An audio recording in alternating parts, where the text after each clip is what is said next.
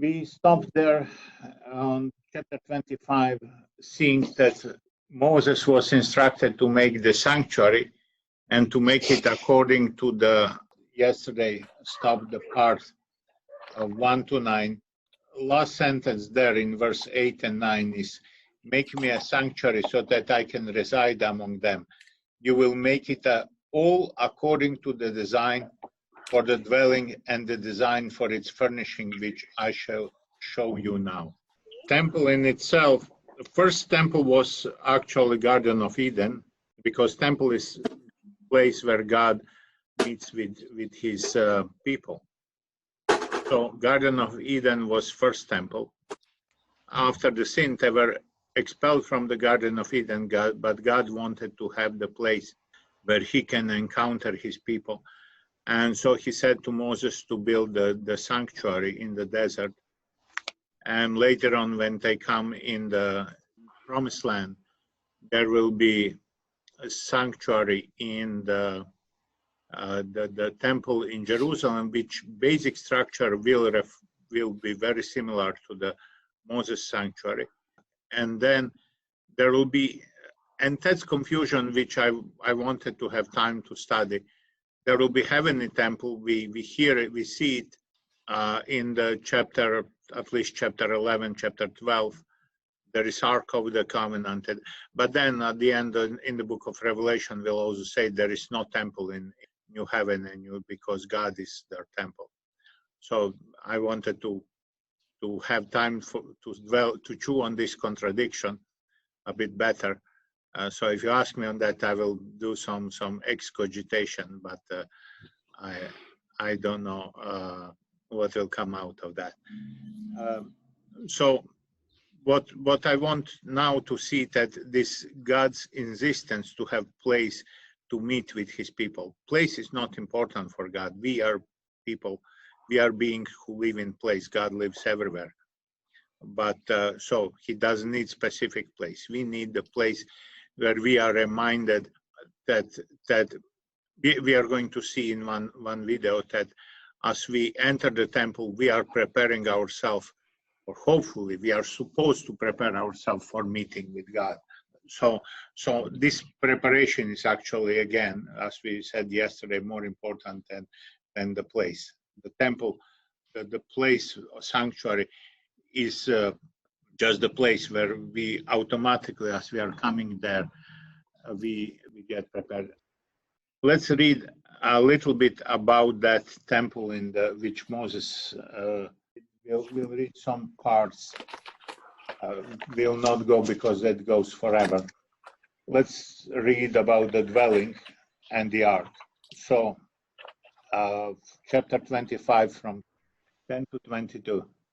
Have him make a chest of acacia wood, 2.5 cubits long, 1.5 cubits wide, and 1.5 cubits with, and yes, and 1.5 cubits.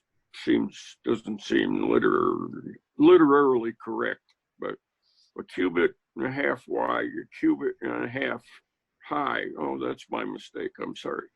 Overlay it with pure gold, both inside and out, and make a gold molding around it.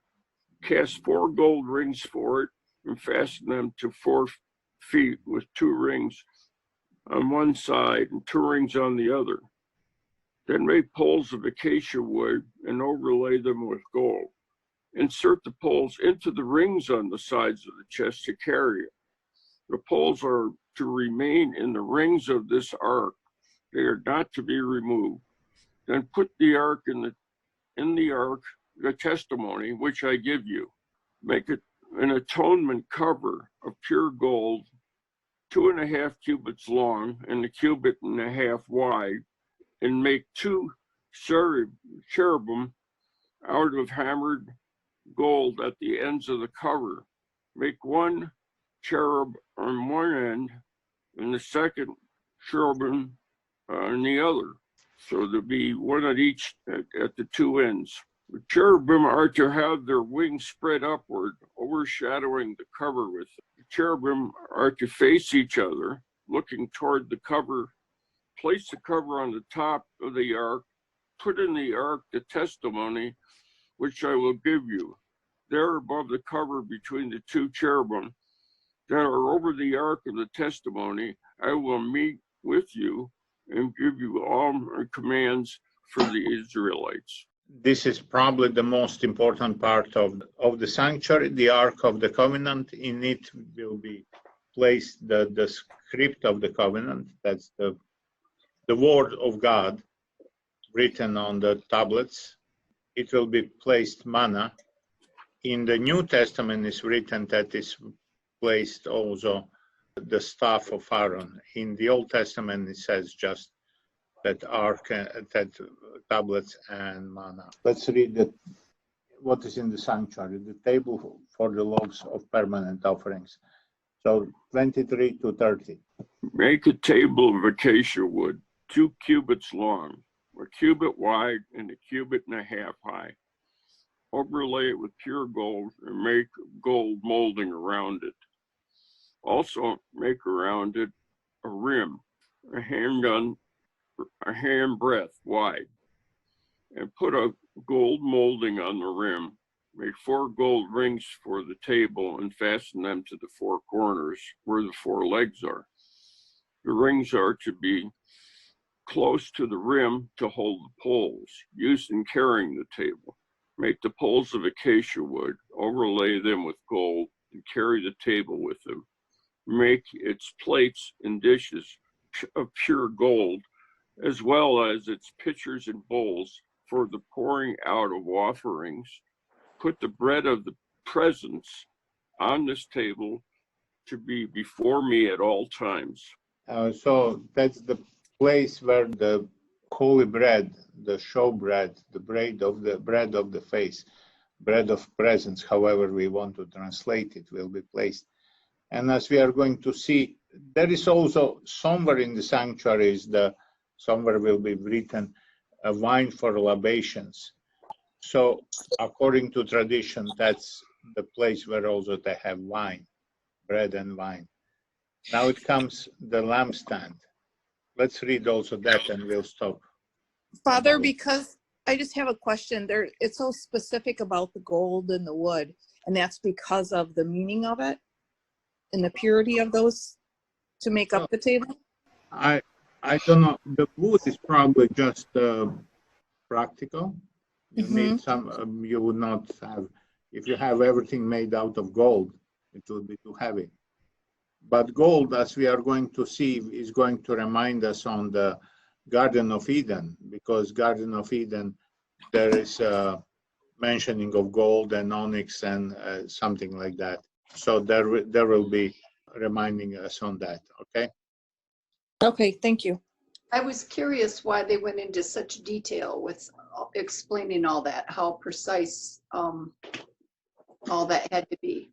Well, yeah, but we see these details are given very precise, and I still don't know very well answer to reason for these dimensions and details, but we'll see that probably I don't know if you are going to read it.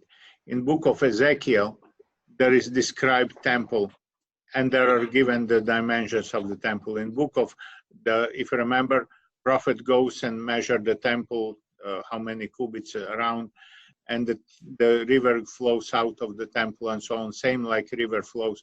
Maybe we should read that from the Garden of Eden. And then in the book of Revelation, again, is the temple. And again, John is given the measuring stick to measure the temple. Also, what is interesting, and I never studied that, I just heard the comment, when in Jewish wedding, part of the Jewish wedding is that the groom meets the bride, they have the celebration, and then he leaves her in father's house, and he says, I'm going to my father's house to prepare a place for you. Same like Jesus says in John chapter 12. That practically uses the same house. And he prepared the place for the bride, and according to one commentary, that's from Brandt Petre, the book which I started to read, but I didn't follow the reference, didn't have time. He prepared the room, which is basically the same size as the sanctuary. So this room reflects the sanctuary, the place where you meet God. The couple meeting together, their bedroom should be almost like sanctuary. What book of Bryant Petrie's, which of his books is that? Because actually reading this part talking about the temple, I just finished his book of Jesus and the Jewish Roots of the Eucharist, and it's like mind-blowing how everything that we do completely focuses on this, even like it within the Catholic Mass. It's amazing because even his explanation of the showbread, the presence bread, and yes, that's said and what's said in the Mass, it's so cool. Jesus the Bridegroom, the greatest love story ever told. Oh, okay. I'll look and see if I can find that one. Because he has one too called something about the like Mary and the Jewish roots, but it explains how she is the perfect example of the Mother of God. Yeah, I didn't yet come to that one. I was reading but this one, Jesus and the Jewish roots of the Eucharist, is mind-blowing for me, at least. Yeah.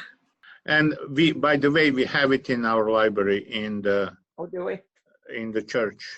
So there he mentioned that the bridegroom prepares the room, which reflects in the size should, and I don't know which other elements should reflect, should be like the sanctuary where is Holy of Holies.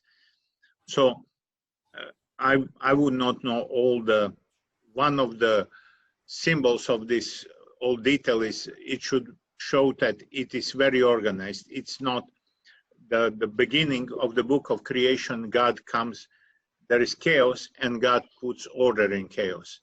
Here it shows everything is very organized, not like my office, okay? And those who have seen my office started to. So, and for sure there is some symbolism in these numbers, but I don't know anything about that. We'll read only lampstand more, and then we'll skip the rest. Okay, let's read the lampstand from verse 31.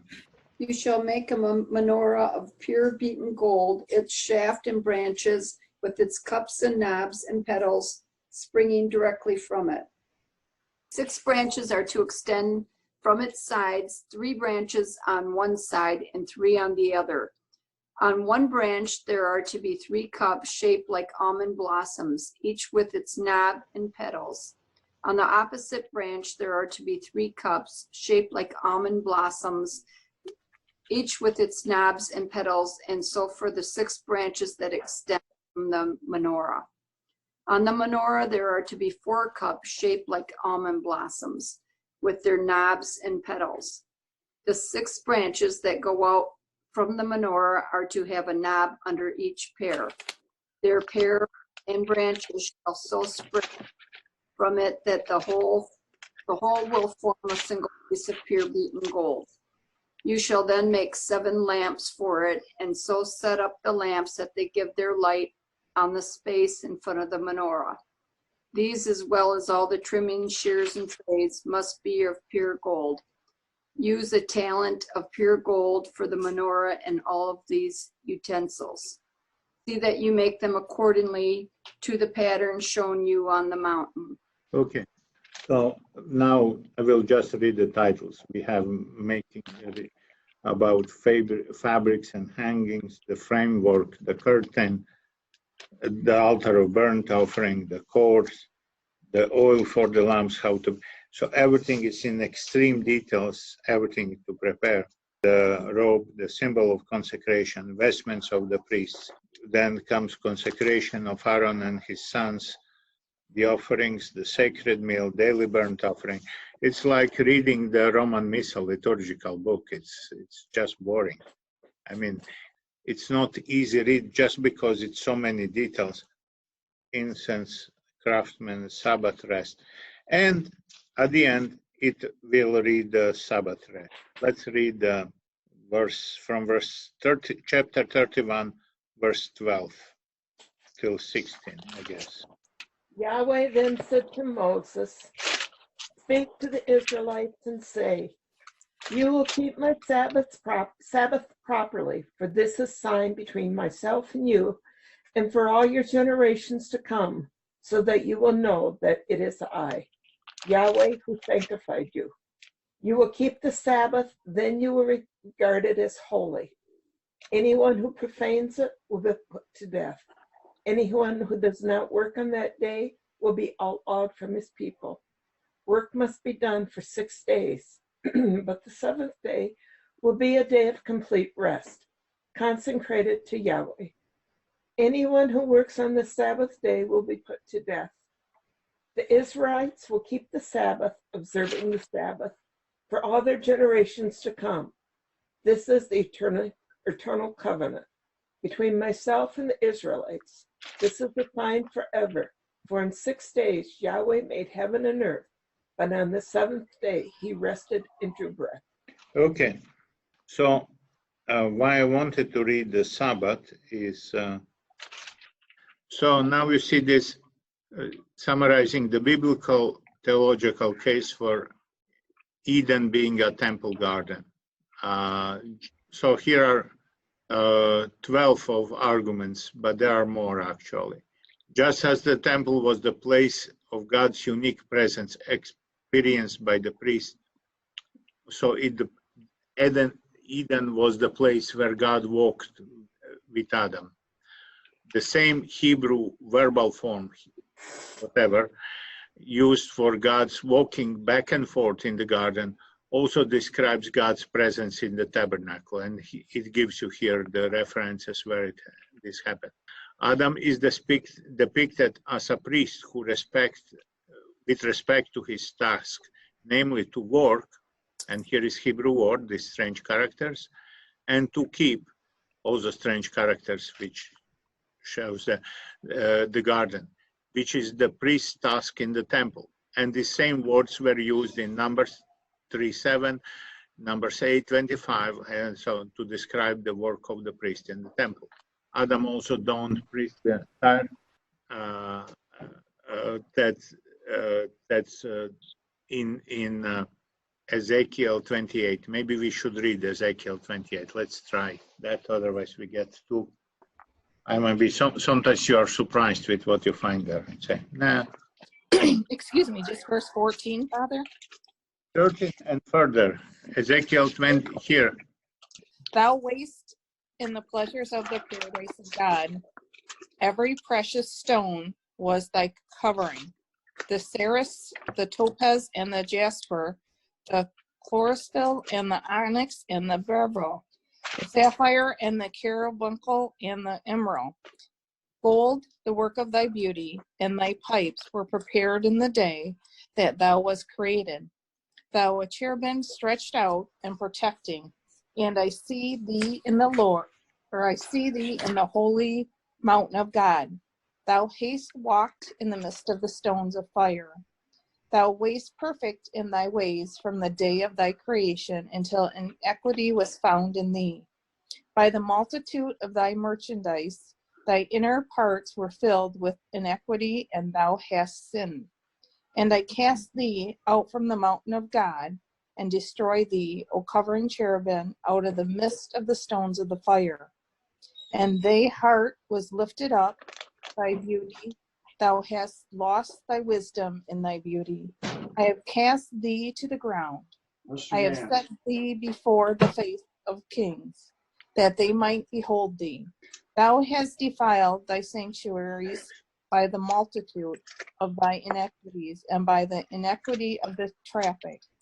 Therefore I will bring forth a fire from the midst of thee to devour thee, and I will make thee as ashes upon the earth, and the sight of all that see thee. All that Okay. shall see thee among the nations shall be astonished at thee. Thou art bought to nothing, and thou shalt never be any more. So here was basically saying that Adam, the man who was created in Adam, was first adorned by God. And I didn't see specifically mentioned priestly attire. Probably can be read from there, but it's not specifically explicitly mentioned. but usually that's the garment which was given to Adam later on was assumed to be also showing his power he has over the creature. At least Jewish midrashes use that. So then we have cherubim assumed Adam's function to guard the tree of life. That was in Genesis 3:24. And that's memorialized in the tabernacle. We read about cherubim being there. And actually, we'll see that the tree of life, Genesis 2:9, is probably a model of the lampstand of the tabernacle. Israel's tabernacle and temple had wood carvings that gave it a garden-like ambience, just as the entrance to the Israel's later temple was to face east and be on a mountain, just as so all the temples later on built were facing east.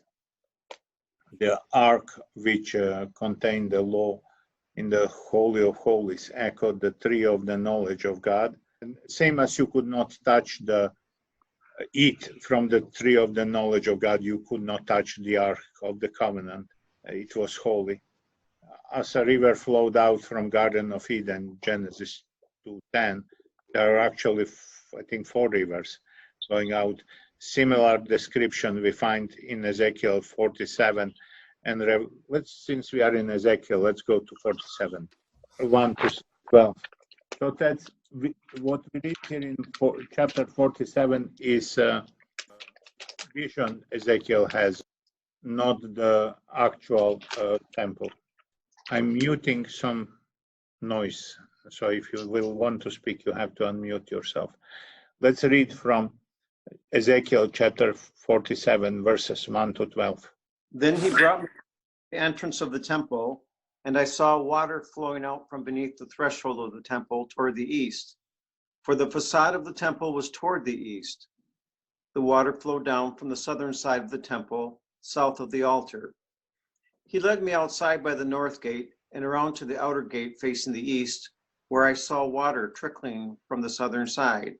Then when he had walked off to the east with a measuring cord in his hand, he measured off 1,000 cubits and had me wade through the water, which was ankle deep. He measured off another 1,000 and once more had me wade through the water, which was now knee deep. Again, he measured off 1,000 and had me wade, and the water was up to my waist. Once more he measured off 1,000, but there was now a river through which I could not wade, for the water had risen so high it had become a river that could not be crossed except by swimming. He asked me, "Have you seen this, Son of Man?" And then he brought me to the bank of the river where he had me sit. Along the bank of the river I saw very many trees on both sides. He said to me, "This water flows into the eastern district down upon the Arabah and empties into the sea and salt waters, which makes it fresh. Wherever the river flows, every sort of living creature that can multiply shall live, and there shall be abundant fish, for whatever this water comes from the sea shall be made fresh. Fishermen shall be standing by it from En-Gedi to En-Eglaim, spreading their nets there. Its kinds of fish shall be like those of the great sea, very numerous. Only its marshes and swamps shall not be made fresh. They shall be made left for salt. Along both banks of the river, fruit trees of every kind shall grow. Their leaves shall not fade, nor their fruit fail. Every month they shall bear fresh fruit, for they shall be watered by the flow from the sanctuary. Their fruit shall serve for food, and their leaves for medicine." Okay, I think that book of Revelation gives us almost the same thing. Did you notice one thing which is very strange? This river, which gets bigger and bigger further it goes from its source, usually would beget, if you don't have some rivers which flow into that river, it would get smaller and smaller. I see that as the river of water as Jesus hangs on the cross, and from his sides flows the water, and that's the source for the church. It's the church coming out from his body. And by the way, in which natural process we have blood and water? In the birth, correct? Here, as Jesus Christ hangs on the cross, the church is born.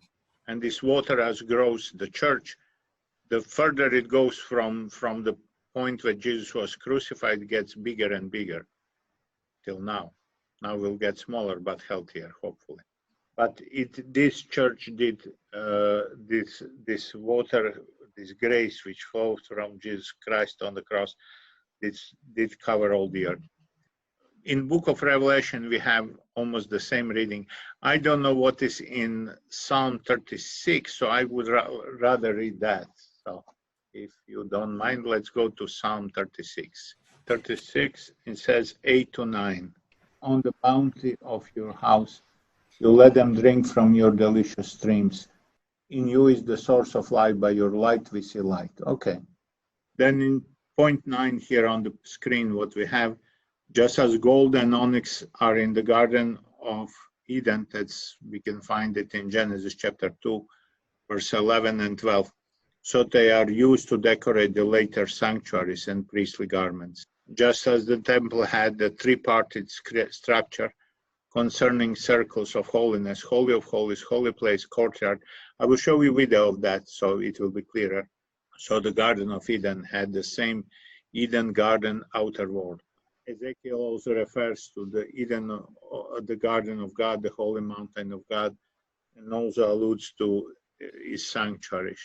Just as climax and purpose of creation was rest, after the finishing of all creation, there was Genesis 2.2, chapter 2, verse 1 to 3. There is institution of the Sabbath. Here, at the end of construction of the sanctuary, Moses is ordered to do the Sabbath rest. Also, the points, I was searching for more points. There are more points like comparing the words which God said in Garden of Eden when he created the world, God created the world, and the words said to Moses. They are grouped in several groups, and there is parallel at the end. As it always says, God saw what it was done, and it was good.